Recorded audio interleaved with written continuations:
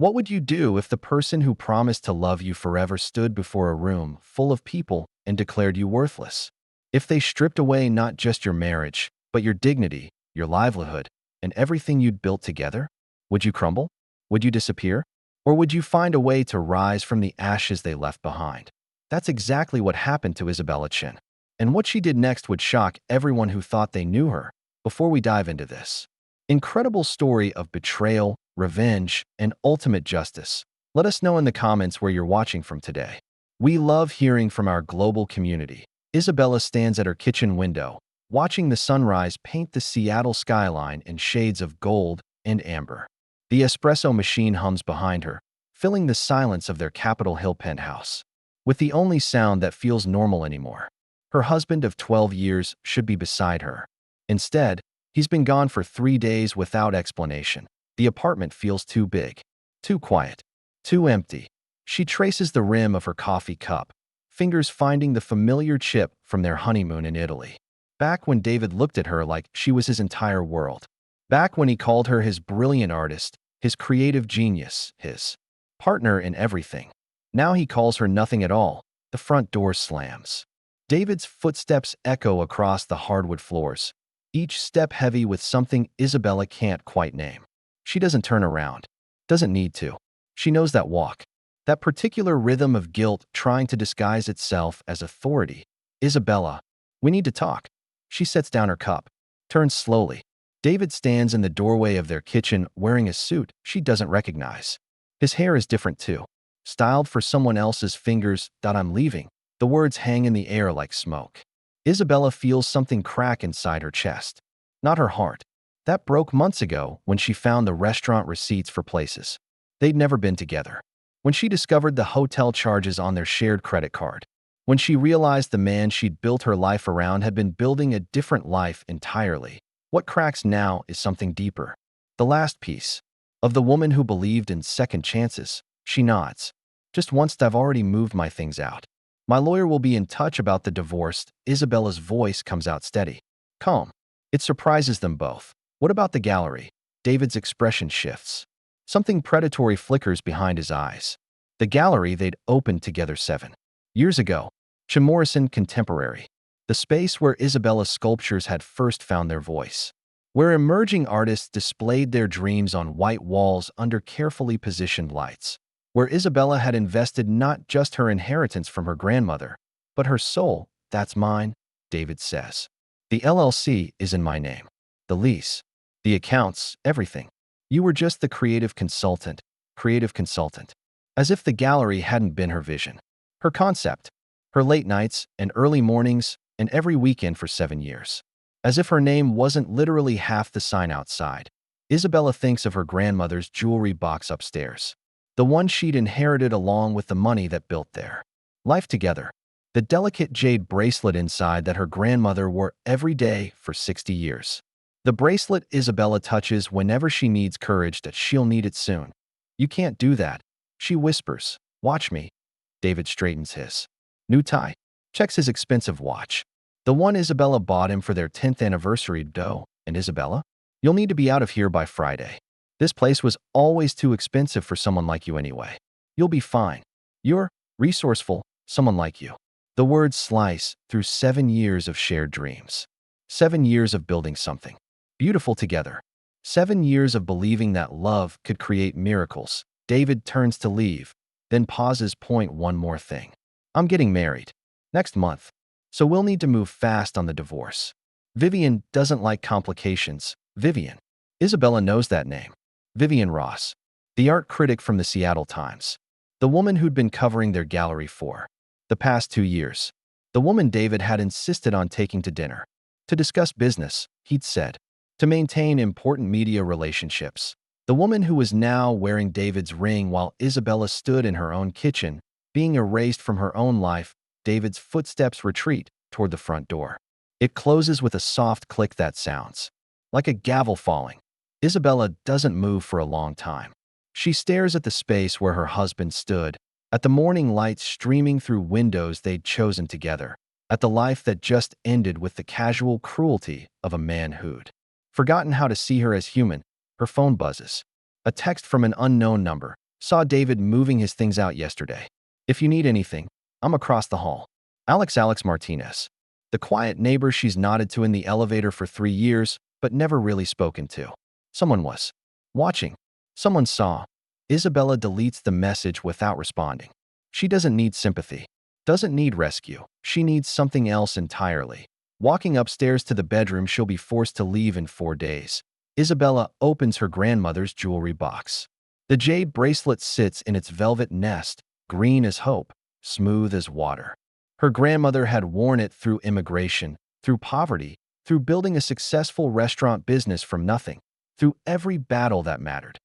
Isabella slides the bracelet onto her wrist. It fits perfectly, as it always has, as it always will. She may have just lost her husband, her home, and her business, but she hasn't lost herself, and David Morrison is about to learn the difference between taking something and keeping it. The war for Jim Morrison Contemporary is about to begin. The Seattle art world is smaller than most people think. News travels fast through gallery openings, coffee shop conversations, and the whispered exchanges at museum galas. By Thursday morning, everyone knows. Isabella discovers this when she walks into Victrola Coffee on Capitol Hill, the same place she's bought her morning espresso for 5 years. The barista, Tyler, who's made her drinks so long he knows her order by heart, avoids her eyes. The usual, he asks, but his voice carries something new. Pity mixed with embarrassment. 3 women from the Neighborhood Gallery Association sit at the corner table. They've been planning the upcoming First Thursday art walk for months. Isabella was supposed to coordinate the Jim Morrison stop, was supposed to showcase the new sculpture series she's been developing. They see her, turn away, resume their conversation in lower voices. Isabella pays for her coffee and walks to the gallery. Their gallery. For maybe the last time, the key still works. David hasn't changed the locks yet, though she knows he will. Inside, the space feels different. Emptier. Some of the smaller pieces are already gone, the ones David can carry himself. The larger sculptures remain, including Isabella's latest work, a series of interconnected metal forms that speak to the complexity of human relationships. Ironic, considering. She touches the jade bracelet on her wrist. Her grandmother always said the stone grew more beautiful with wear, that it absorbed the energy of the person who carried it. Isabella wonders what energy she's been feeding it lately. Fear? Anger? Or something else entirely? The gallery door chimes. Vivian Ross enters. Like she owns the place. Which, technically, she's about to. Vivian is everything Isabella isn't. Tall where Isabella is petite. Blonde where Isabella's hair falls in dark waves. Sharp-angled where Isabella moves with the fluid grace of someone who works with her hands. But it's not the physical differences that cut. It's the way Vivian surveys the gallery with the calculating eye of someone appraising inventory.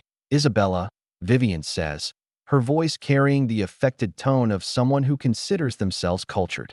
I didn't expect to find you here. It's still my gallery. Vivian's laugh sounds like crystal breaking. Oh, honey. David explained the whole situation. I know this must be difficult, but you really should start thinking about your next steps. I'm sure there are plenty of opportunities for someone with your background. As if Isabella's MFA from the University of Washington means nothing.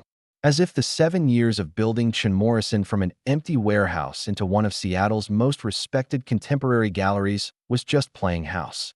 Actually, Vivian continues, examining one of Isabella's sculptures with barely concealed disdain. I've been thinking about the direction we want to take the gallery. More commercial, less experimental. The avant-garde phase has run its course. Vivian holds up her left hand. A diamond ring catches the gallery lights, throwing prismatic rainbows across Isabella's work. David proposed last weekend. In Napa, he said he wanted to start fresh, with someone who understands the business side of art, the business side. Isabella thinks of every late night she spent writing grant applications, courting collectors, building relationships with emerging artists. The spreadsheets, the budgets, the careful negotiations that kept the gallery profitable when so many others failed. Vivian walks to the largest sculpture in the room. Isabella's masterpiece, a 7-foot installation called Confluence that took her 8 months to complete. The piece represents the meeting of 2 rivers, the way separate currents can join to create something more powerful than either could achieve alone. This one will have to go, of course, Vivian says, circling the sculpture like a predator. It's just not the aesthetic we're going for. 2. Personal. Personal. Because the sculpture represents Isabella's relationship with David. The piece she created to celebrate their 10th anniversary. The work that caught the attention of the Smithsonian curator who'd been discussing a potential acquisition. Isabella's fingers find her grandmother's bracelet again. The jade feels warm against her skin. You can't remove my work, she says quietly. We have contracts. Agreements. Vivian's smile sharpens. Oh, Isabella. You sweet, naive thing. David handles all the legal aspects of the gallery. Always has. I'm afraid your sculptures were on loan from the artist. That would be you, to the gallery. Space. And loans can be terminated. She pulls out her phone, scrolls through messages. In fact, David's already spoken to the removal company. They'll be here Monday morning. You should probably arrange for storage. Or perhaps you have a garage. A garage. 7 years of Isabella's artistic evolution, reduced to the suggestion of a garage. The gallery door chimes again. This time it's Margaret Kim, the arts reporter from the Seattle Weekly. Isabella's stomach drops. Margaret has covered every major opening at Morrison, has written glowing reviews of Isabella's work, has been a friend, or what Isabella thought was a friend. Margaret's expression is carefully neutral. Professional. Isabella, she says. I was hoping I could get a quote from you about the transition at the gallery. Transition. As if Isabella's life imploding is just a business development. Vivian steps forward, her arm sliding possessively around the space between herself and Margaret. Actually, Margaret, I think it would be best if all press inquiries went through me going forward. David and I want to ensure consistent messaging as we move the gallery in its new direction. Margaret nods, making notes. Isabella realizes she's not here as a friend. She's here for a story. The story of David Morrison's brilliant business move. His upgrade from struggling artist wife to established art critic fiancé. Isabella has become the footnote in someone else's success story. Will you be continuing your artistic practice? Margaret asks Isabella, though her tone suggests the question is just due diligence. Isabella starts to answer, but Vivian interrupts that I'm sure Isabella will find her niche somewhere. Seattle has such a supportive community for emerging artists. Isabella has been a professional sculptor for over a decade, has pieces in private collections across the Pacific Northwest, has work hanging in the lobby of the Seattle Art Museum, but Vivian's words will be what Margaret prints. Vivian's narrative will become the truth that everyone believes. After Margaret leaves, Vivian checks her watch, a Cartier that costs more than most people's cars that I should run. David and I are meeting with the wedding planner. June is going to be perfect. A gallery reception, naturally. We'll unveil the new direction that evening. She pauses at the door. Oh, and Isabella? David mentioned you might be a bit emotional about all this. I just want you to know, it's nothing personal. Sometimes relationships just run their course. The important thing is that the gallery will thrive. Art is bigger than any individual artist. The door closes behind her with a soft click. Isabella stands alone among her sculptures, surrounded by 7 years of her creative life that's about to be packed into boxes and hauled away. She thinks about her grandmother, who arrived in Seattle with nothing but a jade bracelet and a determination to build something lasting. Her grandmother never told her that sometimes the thing you build gets stolen, but maybe she never told her something else either. Maybe she never told her how to steal it back. Friday arrives like a deadline. Isabella has until 6 p.m. to vacate the penthouse that's been her home for 7 years. The moving truck idles outside, its diesel engine rumbling like a countdown timer. She's already packed everything that matters, which turns out to be surprisingly little. Clothes, books, art supplies, her grandmother's jewelry box. The rest belongs to a life that no longer exists. The apartment feels hollow as she walks through it one last time. The living room where they hosted dinner parties for artists and collectors. The kitchen where David once made her pancakes every Sunday morning. The bedroom where she believed their future was as solid as the foundation beneath their feet. All of it empty now. Echoing. Isabella locks the door and slides the key under the mat. David insisted she leave it there rather than hand it to him directly. Even this final moment had to be stripped of dignity. The studio apartment she's rented in Fremont is 800 square feet. No view of the skyline. No space for large sculptures. No room for the life she'd been building, but it's hers. Her name on the lease. Her money, what little remains, paying the rent. She's arranging her grandmother's jewelry box on the small dresser when her phone rings. Unknown number, Isabella. Chun? Yes, this is Janet Morrison. David's mothered Isabella's hands still. She's spoken to Janet maybe a dozen times in 12 years. David kept his family at arm's length, claimed they wouldn't understand his artistic ambitions. Isabella always wondered if that was true, or if David was simply embarrassed by their small-town Pennsylvania roots. That I wanted to call before you heard it from someone else, Janet continues. About the wedding. I already know. A pause. Then something unexpected in Janet's voice. Not celebration, not excitement, sadness. Isabella, I need you to know, this isn't what I raised him to be. The man who's doing this to you, this isn't my son. Isabella closes her eyes. Even David's mother's kindness feels like salt in an open wound. He says you were never really partners anyway, that you were just along for the ride. The words hit like physical blows. This is what David is telling his family. This is the story that will follow Isabella forever, that she was never an equal partner, never a true collaborator, never anything more than decoration in someone else's success. That Mrs. Morrison, Isabella starts, but Janet interrupts. I know it's not true. I saw the two of you build that gallery together. I saw how hard you worked, how much you sacrificed. Another pause. I also know about your grandmother's money, the inheritance that funded everything. David seems to have forgotten where the capital came from. Isabella's fingers find her jade bracelet. Her grandmother's inheritance. $60,000 that had seemed like a fortune to a young couple with artistic dreams. Money that built Chun Morrison contemporary from the ground up. Money that David is now claiming was always his investment. After the call, Isabella walks to her laptop and opens her financial records. She's kept meticulous documentation, every receipt, every bank transfer, every expense related to the gallery. Habits learned from her grandmother, who survived the Depression by tracking every penny. The numbers tell a story David doesn't want acknowledged. Isabella's inheritance funded the initial lease. Her credit line covered the renovations. Her personal savings bridged them through the first lean year when galleries don't make money, when emerging artists can't pay up front, when success is measured in critical acclaim rather than cash flow. But legal ownership and financial reality are different things. David made sure the LLC was structured to protect himself. Isabella trusted him to protect them both. Mistake number 1. Monday morning arrives with a phone call from the gallery's insurance company. There's been an incident, they explain. Some of Isabella's sculptures were damaged during the weekend removal process. Standard moving injuries, they call it. A chipped edge here, a bent element there. Nothing catastrophic, but enough to diminish the piece's value significantly. Isabella drives to the storage unit, where her life's work now lives in climate-controlled darkness. The damage is worse than the insurance company described. Confluence, her masterpiece, has a foot-long scratch across its polished surface. The kind of scratch that doesn't happen accidentally. The kind that happens when someone wants to make a point. Her phone buzzes. A text from Vivian. So sorry to hear about the moving damage.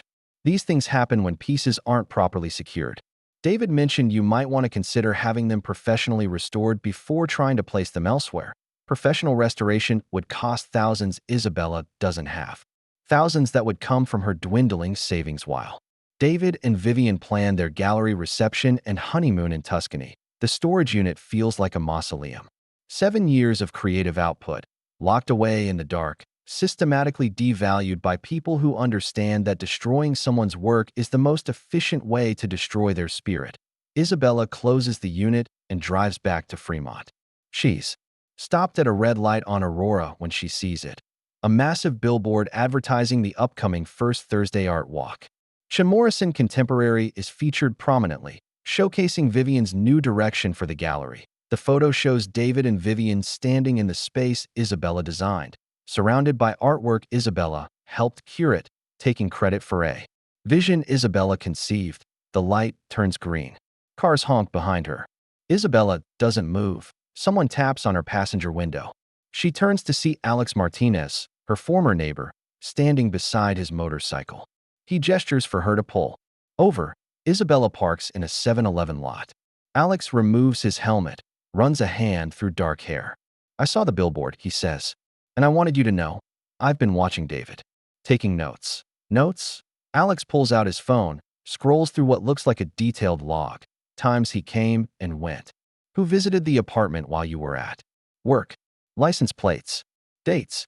I'm a software engineer, he explains with a slight smile. I document everything. Why? Because someone should have been protecting you. And because what he's doing isn't just wrong. It's criminal. Criminal how? Alex leans against his bike.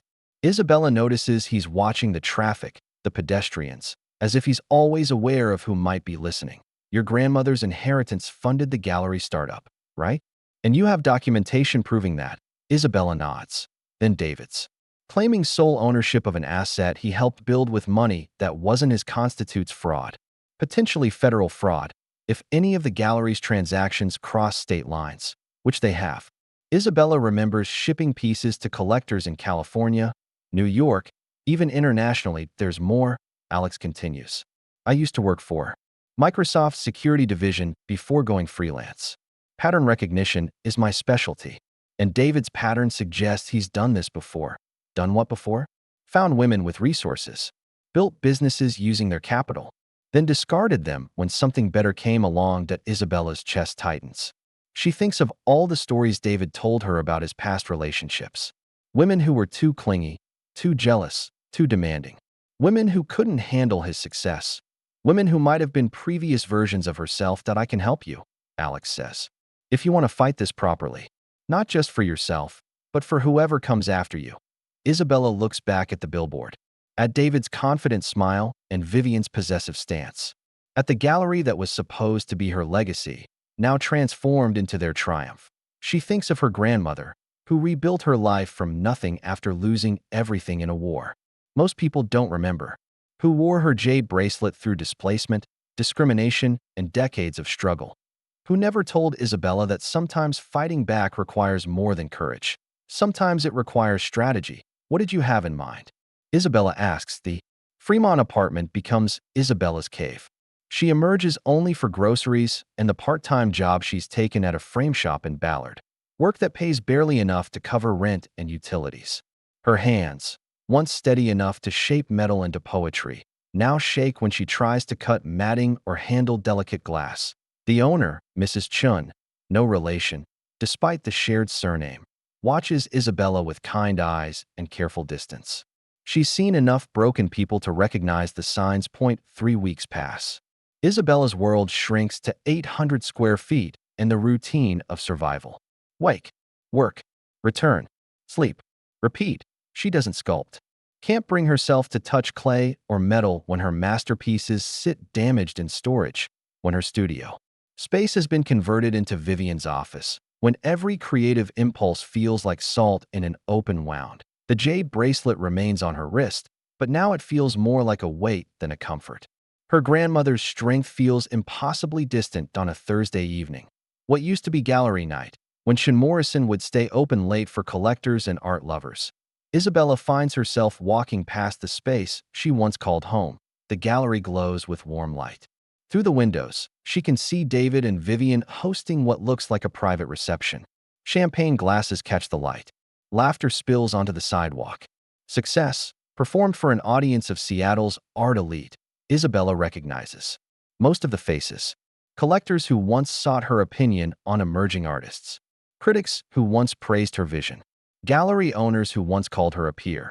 All of them now orbiting David and Vivian like planets around a new sun, as if Isabella had never existed. She's about to turn away when she sees something that stops her cold. Her sculpture. Confluence. The damaged masterpiece she'd last seen in storage. But it's not damaged anymore. The scratch has been repaired, expertly, expensively. The piece stands in the gallery's center position, the place of honor, surrounded by admirers, and beside it, a small placard with attribution she can barely read from the street but knows by heart. Anonymous artist, circa 2019. Anonymous. 7 years of her artistic development. 8 months of her creative soul. Reduced to anonymous. Isabella's legs give out. She finds herself sitting on the cold sidewalk, back against a lamppost. watching her life's work being celebrated by people who've forgotten her name, that a shadow falls across her vision. She looks up to see Alex Martinez crouching beside her, concern creasing his features. "Hey," he says softly. "What are you doing here?" Isabella can't find words. She gestures toward the gallery, toward the warm light and celebration and the peace of her heart displayed for strangers to admire without acknowledgement. Alex follows her gaze. His expression darkens when he understands. They repaired it. Isabella nods, not trusting her voice, and they're showing it as anonymous work. Another nod. Alex sits beside her on the sidewalk, both of them now watching the reception like spectators. At someone else's life. "You know what this means, right?"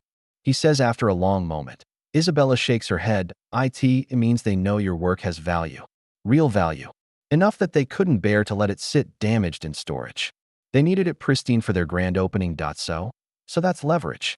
That's proof that everything they've told you about your work being amateur, experimental, unmarketable, it's all lies. Isabella pulls her jacket tighter against the Seattle evening chill. Across the street, David raises his champagne glass in what looks like a toast. Vivian laughs at something a collector whispers in her ear. "What does it matter?" Isabella asks. "They have everything. The gallery, the connections, the legal ownership. I have nothing." Alex is quiet for a moment. Then he pulls out his phone and shows Isabella a document she doesn't recognize. "What am I looking at?" "Corporate filing records.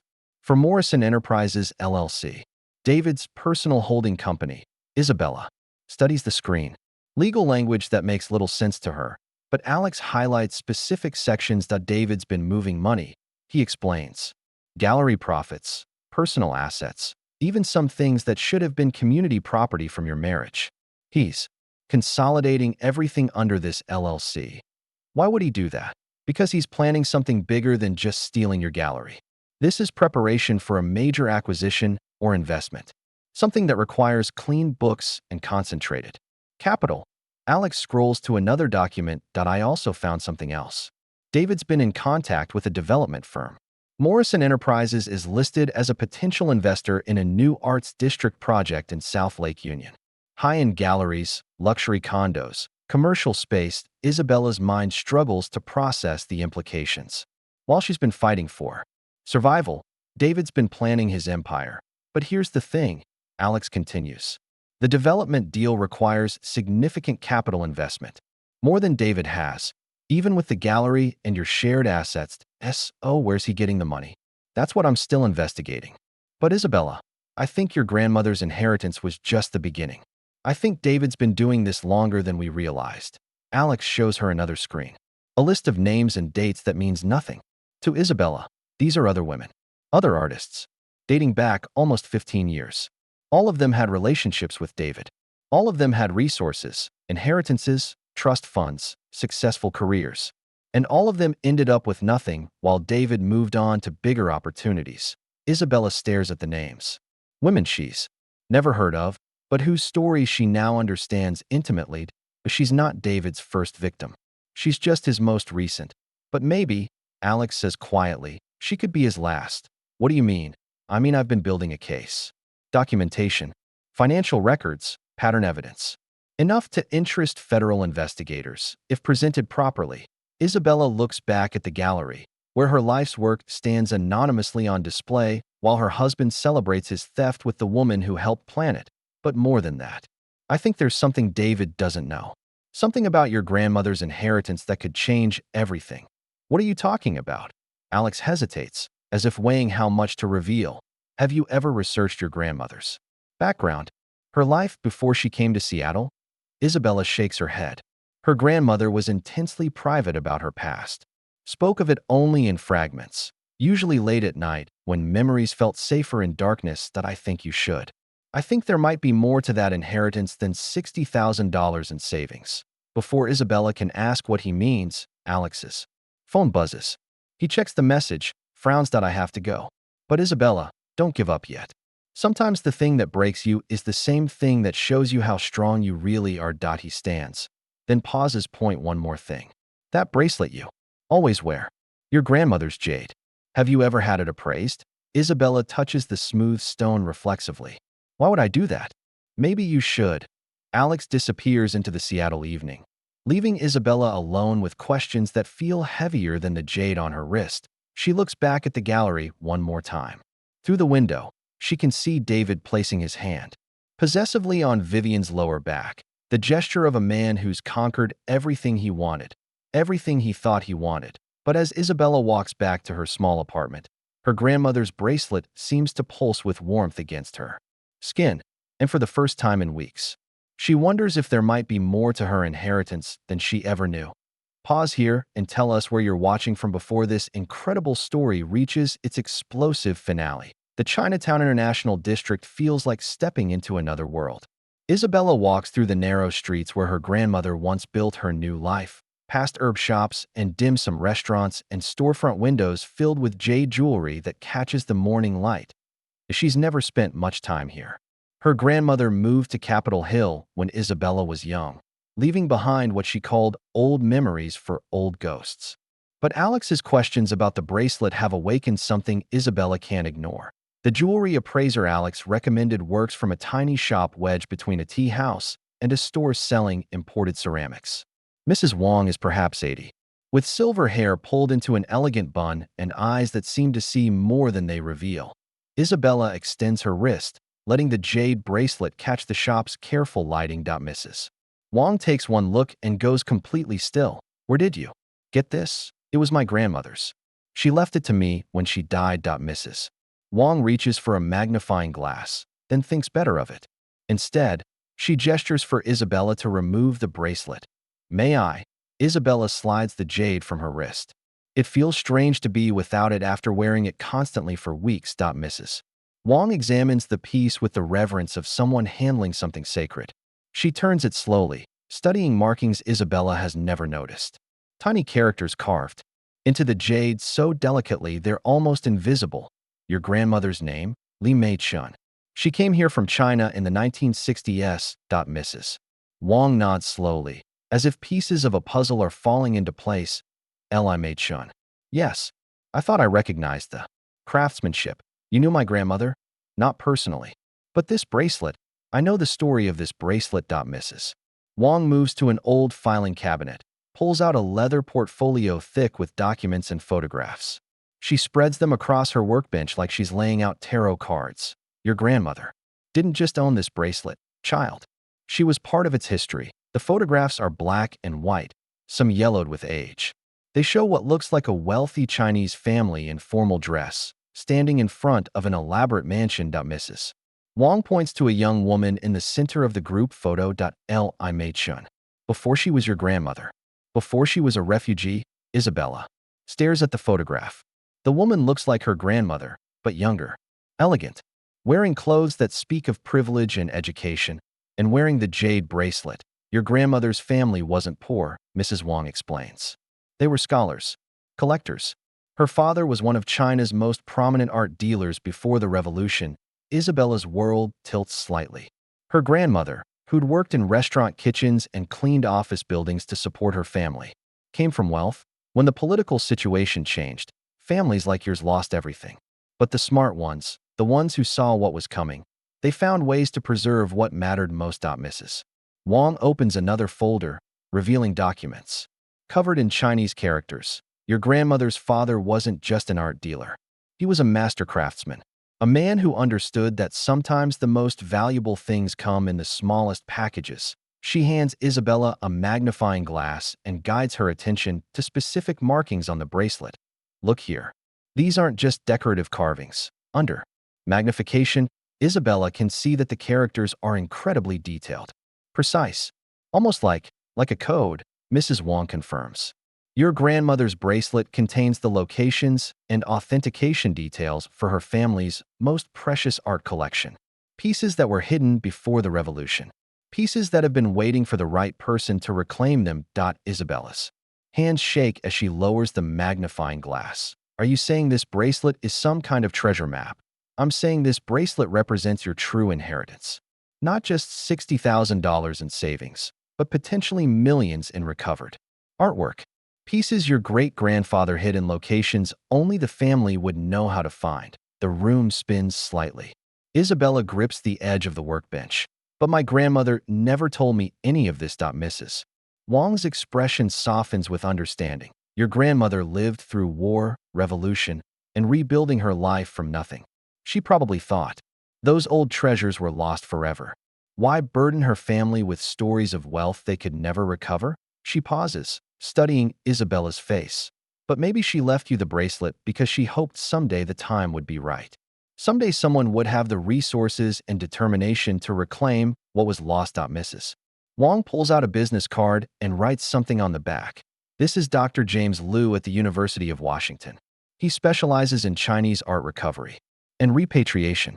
If anyone can help you decode the bracelet secrets and locate the hidden collection, it's him. Isabella stares at the card, her mind reeling. Why are you telling me this? Why help me? Because, Mrs. Wang says simply, your grandmother earned the right to have her story told correctly. And because sometimes the universe gives us exactly what we need to fight the battles we must fight. Isabella leaves the shop with the bracelet secured back on her wrist, but now it feels different. Heavier. Not with burden, but with possibility. She calls Alex from her car. You were right, she says without preamble. There's more to the inheritance. How much more? Potentially millions. Silence on the other end. Then, we need to meet. Now. An hour later, they sit in a coffee shop in Fremont while Isabella explains everything Mrs. Wang revealed. Alex listens without interrupting, his expression growing more serious with each detail. This changes everything, he says finally. If your grandmother's art collection is worth what Mrs. Wang suggests, then David's theft of your $60,000 is small time. Fraud compared to what you actually stand to inherit. But Isabella's not thinking about David anymore.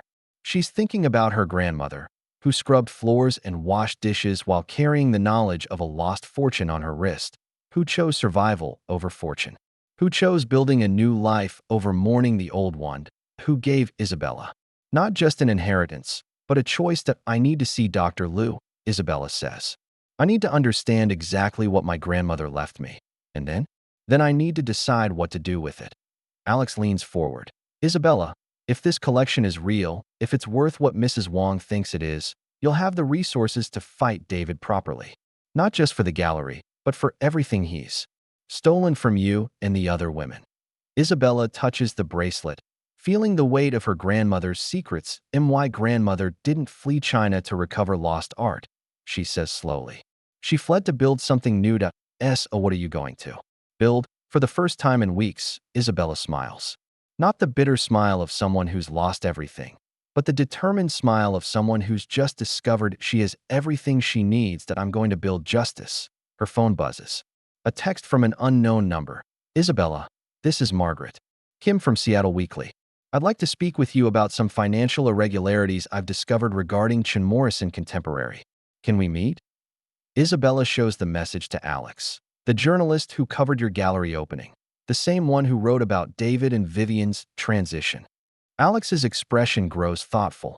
She wouldn't be reaching out unless she found something significant, something that makes David and Vivian's story look suspicious. Isabella types back. When and where? The response comes immediately. Tomorrow morning. Victrola coffee. I think you're going to want to hear what I've discovered. Isabella looks at Alex, then at the business card for Dr. Liu, then at the jade bracelet that's been hiding her family's secrets for 60 years. The war for Chin Morrison Contemporary is about to become something much bigger, something that will require not just her grandmother's strength, but her grandmother's treasures. And David Morrison has no idea what's coming for him. Margaret Kim looks different than Isabella remembers. Less polished, more urgent. She slides into the coffee shop booth with the intensity of someone carrying dangerous information. I owe you an apology, Margaret says without preamble. And an explanation. Isabella waits. She's learned that silence often reveals more than questions. After I wrote that piece about the gallery transition, I kept digging. Something felt off about the timeline David and Vivian presented. So I started following the money. Margaret opens her laptop, angling the screen so Isabella can see spreadsheets covered in financial data. Your gallery was more successful than David let on. Much more successful. In the past 2 years alone, Chin Morrison generated over $800,000 in revenue. That's substantial for a contemporary gallery. Isabella stares at the numbers. She knew the gallery was doing well, but she'd trusted David to handle the books. Trusted him to tell her when they were thriving. But here's where it gets interesting. Margaret continues. According to the business filings I obtained, David reported significantly lower profits to the state. About $200,000 annually, that's tax fraud. Isabella says quietly, that's just the beginning. Margaret scrolls to another document. David's been moving money through multiple accounts. Personal expenses charged to the gallery. Gallery revenue transferred to his private holding company. And payments to Vivian Ross that predate their public relationship by 18 months. Payments for what? Art consultation services. Except I checked with several artists Vivian allegedly consulted for. None of them ever worked with her. The payments were simply a way to funnel gallery profits to David's girlfriend while you were still married. Isabella feels something cold settle in her stomach. While she was working part-time jobs to keep their household afloat, David was paying his mistress with money from the gallery she'd helped build. There's more, Margaret says, her voice dropping. I found evidence that David's done this before. 3 previous business partnerships with women who provided initial capital. All 3 businesses succeeded. All 3 women were eventually pushed out with nothing. Just like Alex suspected, the pattern is almost identical each time. Margaret continues. David identifies successful women with resources, builds relationships, creates joint ventures using their capital, then systematically transfers ownership and assets to himself before ending the relationship. Isabella's hands find her jade bracelet automatically. Her grandmother survived much worse than a dishonest husband. She can survive this too. Why are you telling me this? Isabella asks. Because I'm a journalist, and this is fraud on a significant scale. But also because I was complicit in the original narrative. I helped David and Vivian control the story when I should have been investigating it. Margaret closes her laptop and looks directly at Isabella. I want to write a follow-up piece. The real story behind Chin Morrison contemporary success and David Morrison's business practices. But I need your cooperation. What kind of cooperation? I need you to go on record. I need documentation of your financial contributions to the gallery.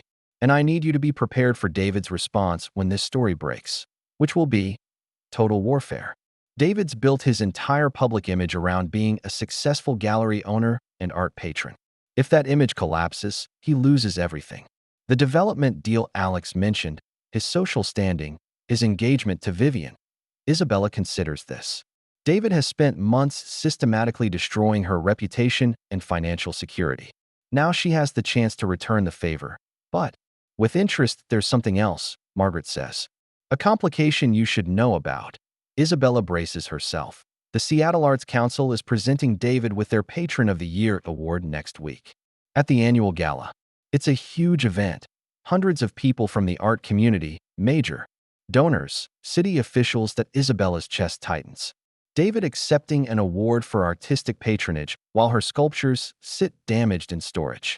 While her life's work is displayed anonymously in the gallery she built, Margaret watches Isabella's expression carefully. If we're going to expose him, that gala is the perfect moment. Maximum visibility, maximum impact. But it has to be bulletproof. David will have lawyers and PR people ready to destroy any story that isn't completely airtight. Isabella thinks of Dr. Liu and the bracelet's hidden secrets, of Mrs. Wang's revelation, about her grandmother's true legacy, of Alex's evidence about David's pattern of fraud. How much time do we have? 6 days until the gala. I can have the article ready in 4 if you give me the documentation I need. Isabella pulls out her phone and scrolls to Dr. Liu's contact information. She'd called him yesterday and arranged to meet this afternoon. That I'll have everything you need by tomorrow morning, she says. But Margaret, when this story breaks, I want to be there to see David's face when he realizes his world is collapsing. Margaret smiles. The first genuine smile Isabella has seen from her. I was hoping you'd say that. That afternoon, Isabella sits in Dr. Liu's office at the University of Washington, surrounded by books about Chinese art history and recovery efforts. Dr. Liu himself is younger than she expected, probably in his 40s, with the careful manner of someone who's used to handling precious things. Mrs. Wang was right to send you to me, he says, examining the bracelet under a high-powered magnifying device. This is extraordinary craftsmanship. Late Qing dynasty, probably 1890s, but it's the inscriptions that make this truly remarkable. Isabella watches as Dr. Liu photographs each section of the bracelet, then uploads the images to a computer program that analyzes the carved characters. Your great-grandfather was brilliant, Dr. Liu says. He encoded not just locations, but authentication details that would allow the rightful owners to prove their claims to any recovered pieces. Prove their claims to whom? To museums, private collectors, auction houses. The International Art Recovery Community has been working for decades to reunite stolen or lost cultural artifacts with their rightful owners. Your bracelet essentially contains the proof of ownership for what could be an extensive collection. Dr. Liu's computer finishes its analysis. He prints out several pages of translated text. According to these inscriptions, your great-grandfather hid pieces in 3 locations. 2 in China, which would be difficult to recover given current political circumstances. But 1 location is here in the United States. Isabella's heart rate accelerates. Where? Seattle. Specifically, a private storage facility your great-grandfather established in 1949. The inscriptions include the facility's original location and a numerical sequence that likely corresponds to a safety deposit box or storage unit. Dr. Liu hands her the translated documents. Isabella, if even half of these pieces survived, you're looking at a collection worth between $5 and $15 million. Ceramics, paintings, jade sculptures, jewelry, some of it museum quality. Isabella stares at the papers, at the neat rows of translated text that represent her grandmother's hidden legacy. The facility still exists. Dr. Liu nods. That I made some calls while you were driving here. The building has changed hands several times, but the original storage units were maintained. The current owners have records going back to the 1940s. He hands her another piece of paper. This is the current contact information. You'll need to provide proof of identity and relationship to the original renter. Your grandmother's death certificate and your birth certificate should be sufficient. Isabella folds the papers carefully and slips them into her purse. Dr. Liu, she says, if I recover this collection, what are my options? You could sell pieces individually or as a complete collection. You could donate them to museums for significant tax benefits, or you could loan them to institutions while retaining ownership. Any of those options would provide you with substantial financial resources, resources that could buy back a gallery, resources that could fund a legal battle against a fraudulent ex-husband, resources that could ensure David Morrison never victimizes another woman. Isabella stands to leave, then pauses. One more question. How long would it take to arrange authentication and sale of recovered pieces? For pieces with this level of documentation, assuming they're in good condition, you could have preliminary appraisals within days and sales completed within weeks. Isabella shakes Dr. Liu's hand. Thank you for everything. As she drives back to Fremont, Isabella's phone rings. Alex, how did it go with Dr. Liu? Better than we hoped. Alex, I need to ask you something. If I suddenly had access to significant capital, really significant, could you help me use it strategically against David? A pause. Isabella, how significant are we talking about? Enough to buy his entire development deal out from under him. Enough to make him realize he picked the wrong woman to steal from. Another pause. Longer this time. In that case, yes, I can help. You destroy him so completely he'll never recover.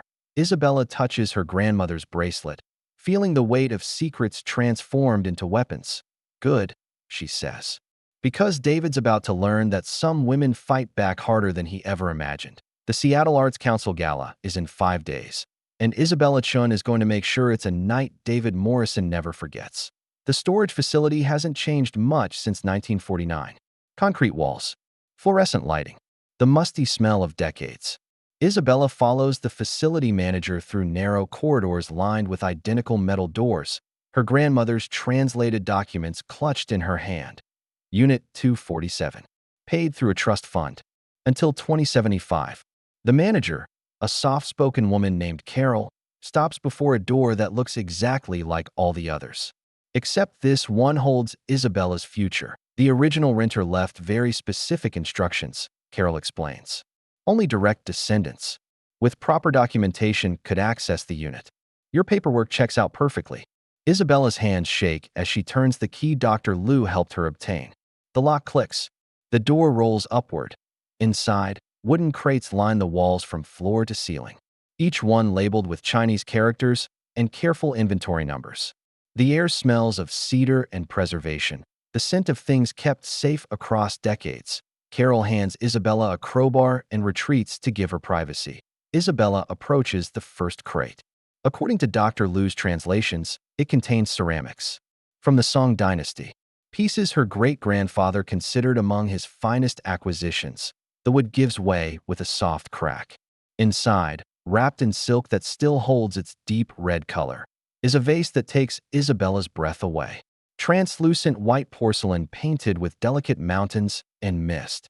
Even to Isabella's untrained eye, it's clearly museum quality. She photographs it, then carefully replaces the silk wrapping. Crate after crate reveals treasures that seemed like fairy tales when Dr. Liu first translated the bracelet. Jade sculptures that seem to glow with inner light. Paintings on silk so delicate they look like captured dreams. Jewelry that would make Mrs. Wong weep with envy. Isabella's phone buzzes. A text from Alex. Margaret's article goes live in 2 hours. Are you ready? She looks around the storage unit at 70 years of preserved heritage. At the foundation for everything she's about to build. More than ready. She types back. 2 hours later, Isabella sits in Alex's apartment watching Seattle Weekly's website crash from traffic. Margaret's article, The Dark Side of Seattle's Art Scene. How David Morrison Built an Empire on Fraud, spreads across social media like wildfire. The documentation is devastating.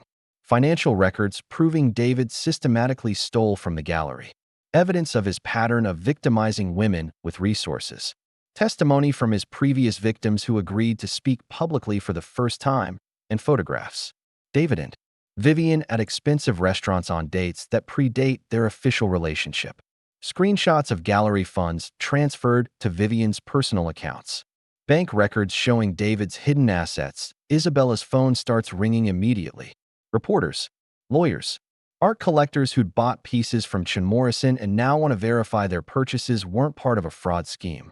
But the call that matters comes from Dr. Liu. Isabella, I've been in contact with Sotheby's about your collection. They want to arrange an emergency authentication and appraisal session.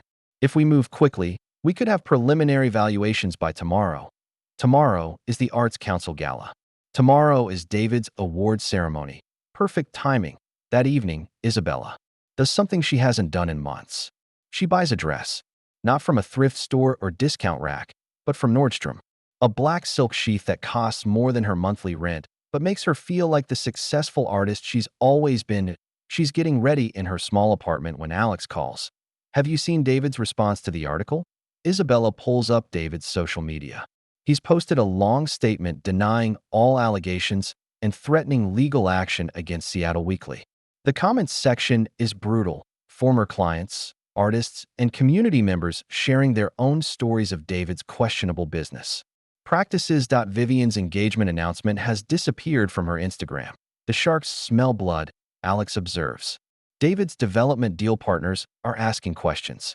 The gallery's insurance company is launching an investigation, and 3 of his previous victims have contacted lawyers about criminal charges.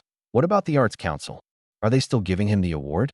Alex's laugh has no humor in it. The awards ceremony has been postponed pending clarification of recent allegations.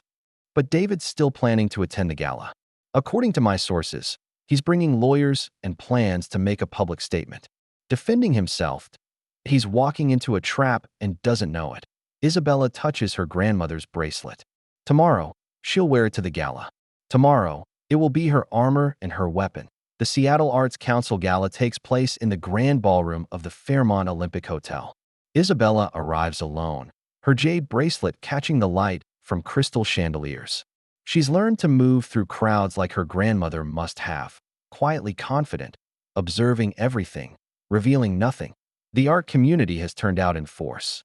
Gallery owners, collectors, critics, and artists fill the ballroom with the particular energy of people who know they're witnessing drama unfold in real time. Isabella spots Margaret Kim near the bar, notepad discreetly hidden but eyes sharp. Alex stands by the windows, dressed in a borrowed tuxedo that makes him look like he belongs among Seattle's cultural elite. And there, near the silent auction display, stands David Morrison. He looks smaller than Isabella remembers. The confident swagger replaced by the rigid posture of a man under siege. Vivian is nowhere to be seen. Smart woman, Isabella thinks.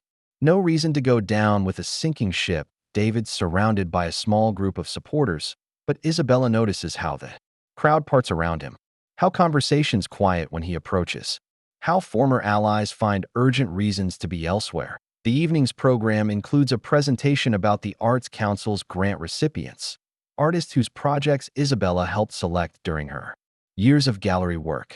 Her name appears nowhere in the program, despite her contributions to Seattle's art community, but that's about to change. During the silent auction viewing, Isabella approaches David directly. He turns at her footsteps, and for a moment, she sees genuine fear in his eyes. Isabella, I didn't expect to see you here. Why wouldn't I be here? This is my community too. Was my community, before you tried to erase me from it. David glances around nervously. People are watching their interaction with undisguised curiosity. Look, about that article. You know it's all lies, right? Margaret, Kim has a vendetta against successful men. She's twisted everything to make me look bad. Isabella almost smiles. Even now, facing the collapse of everything he's built, David can't resist gaslighting. Actually, David, I think Margaret's article was quite accurate.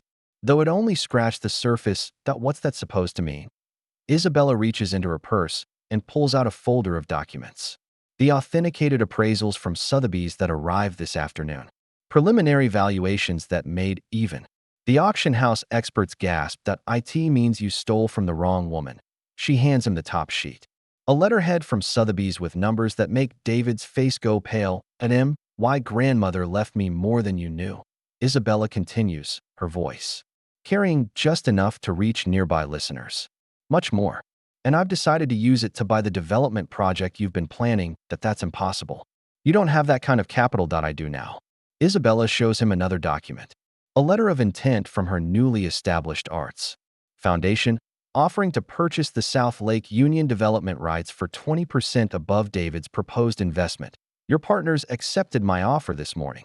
They found my financial backing more reliable than yours. David's hands shake as he reads the documents. Around them, conversations have stopped entirely. The art community loves nothing more than watching the powerful fall, and David Morrison is falling spectacularly. This isn't over, he whispers. Isabella steps closer, close enough that only he can hear her next words. Yes, it is.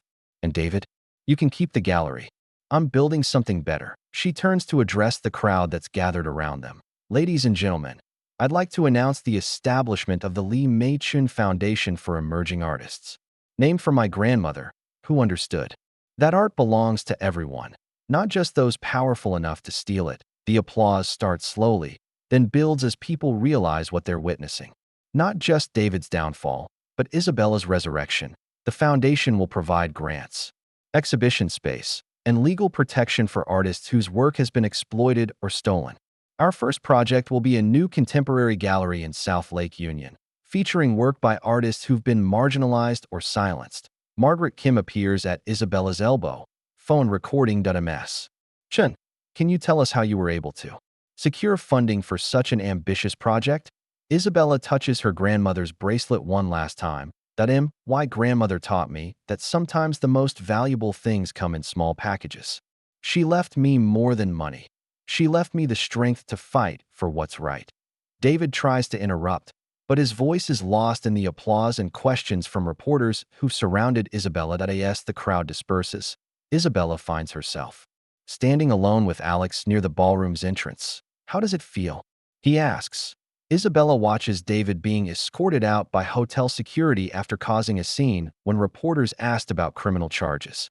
Watches the art community that once celebrated him now treating him like a pariah, like justice. She says simply, "It feels like justice." Alex nods toward Margaret Kim, who's conducting interviews with other artists who've decided to share their own stories of exploitation. This is bigger than just David now. You started something. Isabella looks around the ballroom at Seattle's art community. Her community, finally seeing her for who she's always been. Not David Morrison's wife or creative consultant, but Isabella Chun. Artist, entrepreneur, fighter. Good, she says. It's time for change. Her grandmother's bracelet catches the light one more time.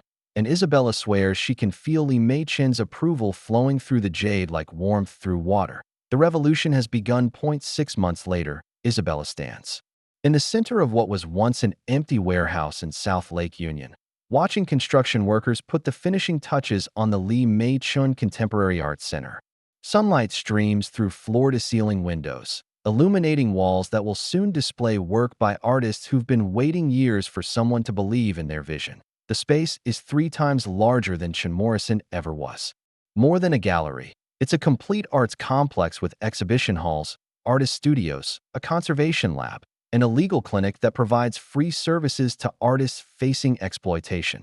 Alex approaches, carrying coffee and wearing the satisfied expression of someone who's watched justice take tangible form. Final inspection passed, he announces.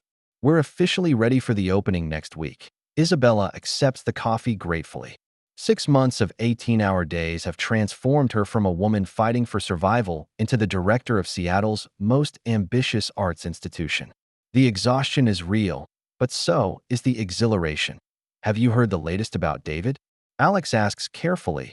Isabella has deliberately avoided following David's downfall too closely.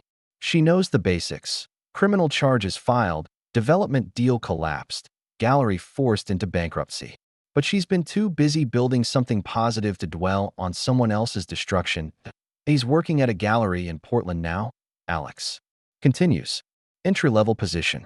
Vivian left him 2 weeks after the gala. Moved to New York, apparently. Isabella nods, but doesn't comment. David's story ended the night she revealed her true resources at the Arts Council Gala.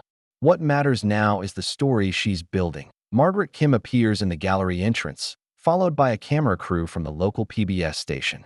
They're documenting the Arts Center's opening for a segment about cultural recovery and renewal in Seattle. Isabella, Margaret calls, "Can we get some footage of you with the centerpiece installation?" In the gallery's main hall stands Confluence, Isabella's restored masterpiece. But it's no longer damaged or displayed anonymously. Now it's perfectly lit, properly attributed, and surrounded by explanatory text that tells the story of artistic collaboration and the importance of protecting creators' rights. More importantly, it's accompanied by 11 other sculptures. Isabella's complete collection, recovered from storage and displayed in a space designed specifically for her work that the camera crew sets up. Isabella walks through the galleries, checking details. One final time. The conservation lab where damaged artworks are restored to their original glory. The legal clinic where young artists can get advice about contracts and intellectual property. The studios where emerging artists work alongside established ones, sharing knowledge and inspiration. In the children's education wing. She pauses before a display case containing her grandmother's jade bracelet. The placard reads, "On loan from the Li Meichen family collection." This piece represents the power of preservation. How one generation's sacrifice can become another generation's strength. Mrs. Wong had suggested the display. Better to let people see the bracelet's beauty, she'd argued, while keeping its deeper secrets safe. That Isabella's phone buzzes. A text from Dr. Liu. Smithsonian called again about the permanent exhibition. Still interested, the Smithsonian's Museum of Asian Art wants to create a permanent display around her grandmother's recovered collection. Hidden treasures, art, memory, and survival would tell the story of Chinese families who preserve their cultural heritage through war, revolution, and displacement. Isabella types back, "Yes. But we keep the bracelet here. Some treasures belong in museums. Others belong in the communities they helped build." The PBS interview takes place in Isabella's office, a bright space overlooking the Sound with windows that frame the city her grandmother chose as home. Margaret's questions are thoughtful, focusing on the Arts Center's mission rather than dwelling on past conflicts. "What do you hope visitors take away from the Li Meichen Contemporary Arts Center?" Margaret asks. Isabella considers the question, her fingers automatically finding the simple silver band she now wears instead of her wedding ring. "That I hope they understand that art isn't just decoration. It's documentation. It's resistance. It's how we tell our stories when other people try to erase them." She pauses, looking out at the construction cranes building the new Seattle skyline. That my grandmother carried her family's history in a piece of jewelry for 60 years. She survived by adapting, by building something new rather than mourning what was lost. This center is built on that same principle. Take what you've learned from loss and create something that prevents others from losing what matters to them. After the interview, Isabella and Alex walk through Pioneer Square to meet Mrs. Wong for dinner. It's become a monthly tradition, the three of them sharing dim sum and stories in the neighborhood where Isabella's grandmother once built her new life. Mrs. Wong has brought photographs tonight, images of art pieces being recovered from collections around the world, reunited with families who thought they were lost forever. Isabella's story has inspired other families to research their own histories, to look more closely at inherited objects that might contain hidden significance. That you've started something important, Mrs. Wong says, studying a photograph of a young woman holding a recovered painting that belonged to her great-grandfather. People are remembering that their family's stories matter. Isabella thinks of all the women who contacted her foundation after Margaret's follow-up articles about financial abuse in creative industries, artists who'd had their work stolen, entrepreneurs who'd been pushed out of businesses they'd built, women who thought they were alone in their experiences. They're not alone anymore. The foundation now employs 12 staff members, including 3 lawyers who specialize in artistic rights and 2 investigators who help document cases of creative exploitation. Alex heads the Financial Crimes Division, using his pattern recognition skills to identify potential predators before they can complete their schemes. A week later, the Lee Machen Contemporary Arts Center opens to the public.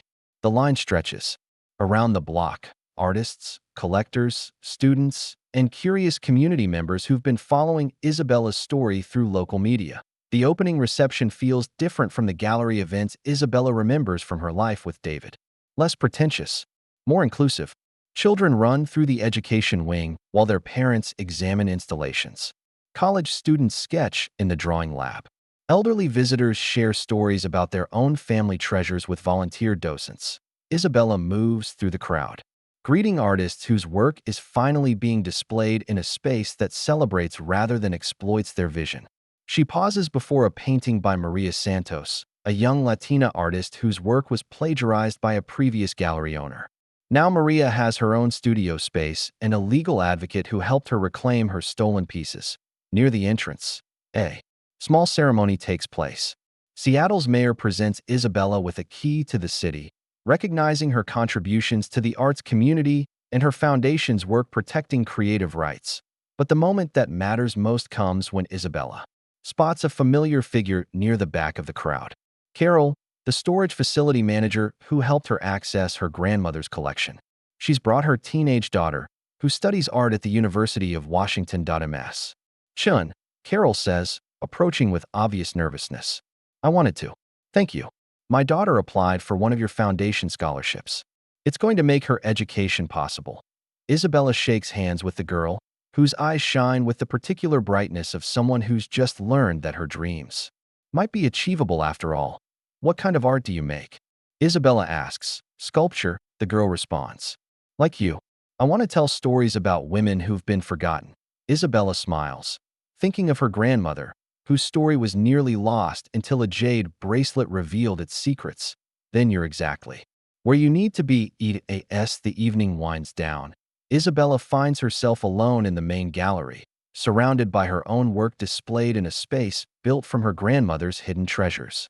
The walls that once held David's stolen dreams now showcase art that speaks to survival, transformation, and the power of refusing to disappear.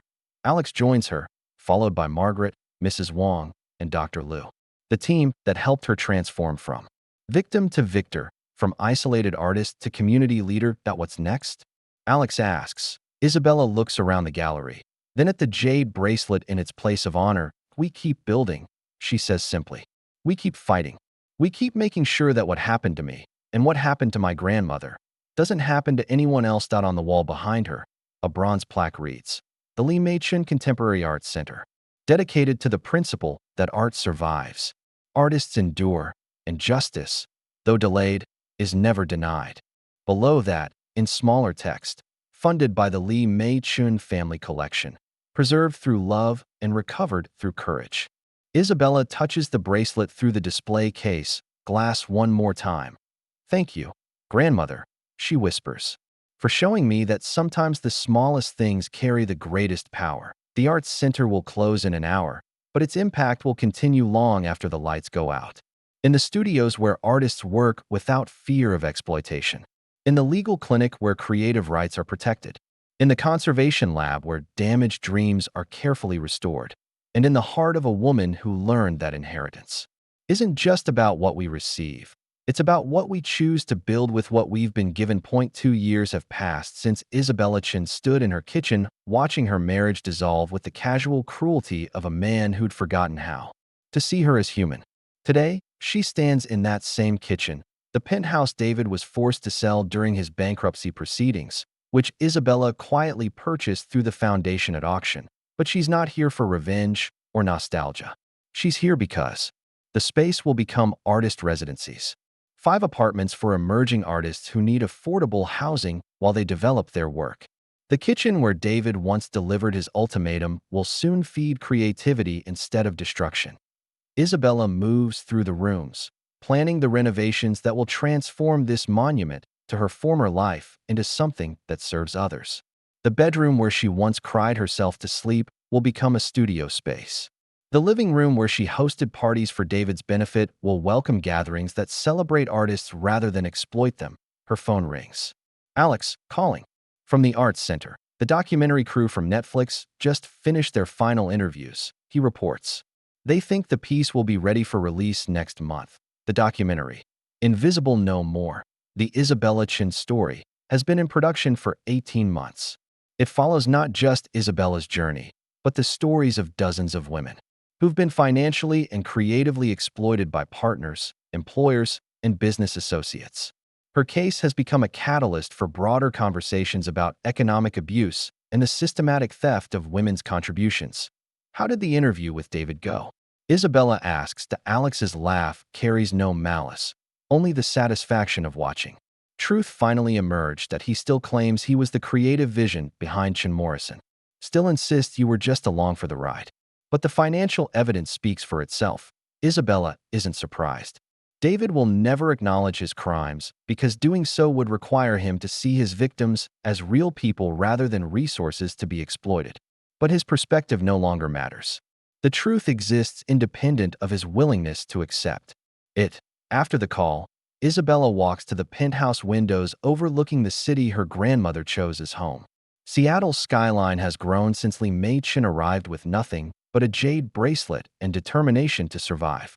Now it includes the arts center that bears her name, funded by treasures she preserved through decades of silence.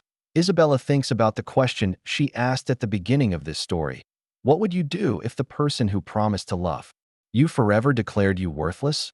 She's learned that the question itself was flawed. David's opinion of her worth was never the issue. The issue was her willingness to accept someone else's definition of her value. Her grandmother understood this. Lee Mei-chun could have spent 60 years mourning what she'd lost in China. Instead, she built something new in America, carrying her family's treasures not as burdens, but as seeds for future growth. Isabella's phone buzzes with a text from Mrs. Wong. Jade auction tomorrow. Interested in expanding the collection? The Lee Mei-chun Foundation now owns one of the largest collections of recovered Chinese art on the West Coast. But more importantly, it's helped establish legal precedents for cultural repatriation and artistic rights protection. Museums worldwide use their documentation standards. Law schools teach courses based on their legal strategies. Always, Isabella. Texts back. Art finds its way home. That evening, Isabella attends the Foundation's monthly board meeting in the conference room of the Arts Center. Around the table sit Margaret Kim, now the Foundation's communications director, Dr. Liu, who heads the Cultural Recovery Division, Alex, who manages financial investigations, and Mrs. Wong, whose network of art dealers and collectors has become invaluable for locating stolen or hidden pieces. But they're not alone. The board now includes Maria Santos, the young artist whose plagiarized work led to her scholarship. Carol's daughter, now a junior at UW, whose sculpture installation just won the university's Emerging Artist Award. 3 other women whose stories of exploitation have become stories of renewal through the Foundation's support. Tonight, they're reviewing applications for the Foundation's newest program, microgrants for women starting creative businesses. $5,000. Awards that provide just enough capital for someone to rent studio space, buy equipment, or fund a first exhibition. The program was Isabella's idea, inspired by remembering how far her grandmother stretched every dollar during those early years. In Seattle, sometimes the difference between success and failure isn't millions of dollars. Sometimes it's just enough to take the first step. As the meeting ends, Isabella remains in the conference room, reviewing the thank you letters that arrive daily from artists, students, and families who've benefited from the foundation's work. A painter in Portland whose stolen canvases were recovered and returned. A sculptor in Vancouver whose former partner was prosecuted for financial fraud. A jewelry maker in San Francisco whose grandmother's hidden collection was authenticated and sold to fund her retirement. Each letter represents a life changed, a story rescued from erasure, a future made possible by refusing to accept that some people don't deserve justice. Isabella's assistant knocks on the open door. Ms. Chen, there's someone here to see you. She says it's personal. Isabella looks up to see a young woman in her 20s, nervous but determined. She carries a small jewelry box that she sets carefully on the conference table. My name is Jennifer Liu, she says. Dr. Liu is my uncle. He suggested I contact you. Jennifer opens the box to reveal a bracelet nearly identical to Isabella's grandmother's. Same jade, same intricate carving, same weight of hidden history. My great-grandmother left this to me when she died last month. Uncle James thinks it might contain information about art our family lost during the war. Isabella examines the bracelet with the reverence of someone who understands its potential significance. Another family's treasures waiting to be recovered. Another woman's legacy preserved in carved stone. Another story that refuses to stay buried. That we can help you, Isabella says. That's exactly what we're here for. Jennifer fills out the paperwork that will begin her family's recovery process. Isabella reflects on how many similar conversations have taken place in this room. How many families have discovered that their inherited jewelry, pottery, or paintings contain more than sentimental value. The foundation has recovered over $40 million in stolen or hidden art in 2 years. But the money isn't the point. The point is the restoration of dignity. The acknowledgement that these families' stories matter. The proof that survival is its own form of victory. After Jennifer leaves, Isabella walks through the Arts Center one final time before heading home to her apartment in Fremont. She's kept the small space, despite the foundation's success. It reminds her where she came from. It keeps her grounded in the reality that financial security can disappear overnight, but inner strength endures. In the main gallery, security guards nod respectfully as she passes. Her sculpture, Confluence, stands in its place of honor, but now it's surrounded by dozens of other pieces that tell stories of transformation, resilience, and hope. The display case containing her grandmother's bracelet. Isabella pauses for her nightly ritual. She presses her palm against the glass and whispers her grandmother's name. I made sure that a woman who carried her family's history in a piece of jewelry for 60 years, who chose survival over surrender, who left her granddaughter not just an inheritance, but an example of how to transform loss into legacy. Isabella's own bracelet, a simple silver band engraved with the foundation's motto, "Art endures," catches the security lighting as she turns to leave. Outside, Seattle's night skyline glitters with possibility. In artist studios across the city, creators work on pieces that will outlive the people who tried to diminish them. In legal offices, advocates draft contracts that protect rather than exploit. In galleries and museums, recovered treasures tell stories of families who refuse to let their history disappear. And in a small apartment in Fremont, Isabella Chun, artist, entrepreneur, and guardian of her grandmother's legacy, falls asleep knowing that tomorrow will bring new stories of recovery, new opportunities for justice, and new proof that some things are too precious to steal. Because the most valuable inheritance isn't money or art or property, it's the knowledge that you have the power to rebuild your life on your own terms, using whatever tools your ancestors left you. Even if those tools are as small as a jade bracelet. Even if the path forward seems impossible. Even if everyone else has forgotten your name. You remember. You endure. You rise. And that, ultimately, is how justice wins. If this story moved you, like, share, and subscribe. Because every woman who's ever been told she's nothing deserves to know that she's everything.